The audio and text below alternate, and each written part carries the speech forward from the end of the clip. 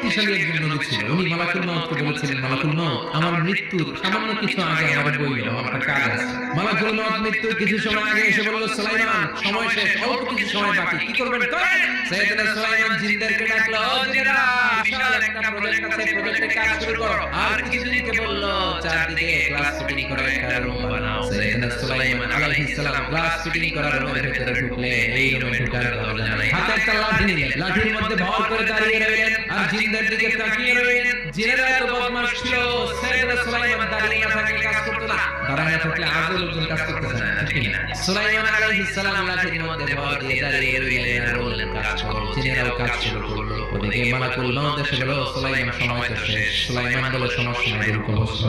মালাকুল মউত ওইভাবে লাঠিতে ভর দেওয়া অবস্থায়, দাঁড়ানো অবস্থায় সাইয়েদনা সুলাইমান আলাইহিস সালামের রুকু বসে নিলেন। উনি এমন ভাবে দাঁড়িয়েছেন, রূহ চলে গেল, লাশ হয়ে দাঁড়িয়ে রইলেন।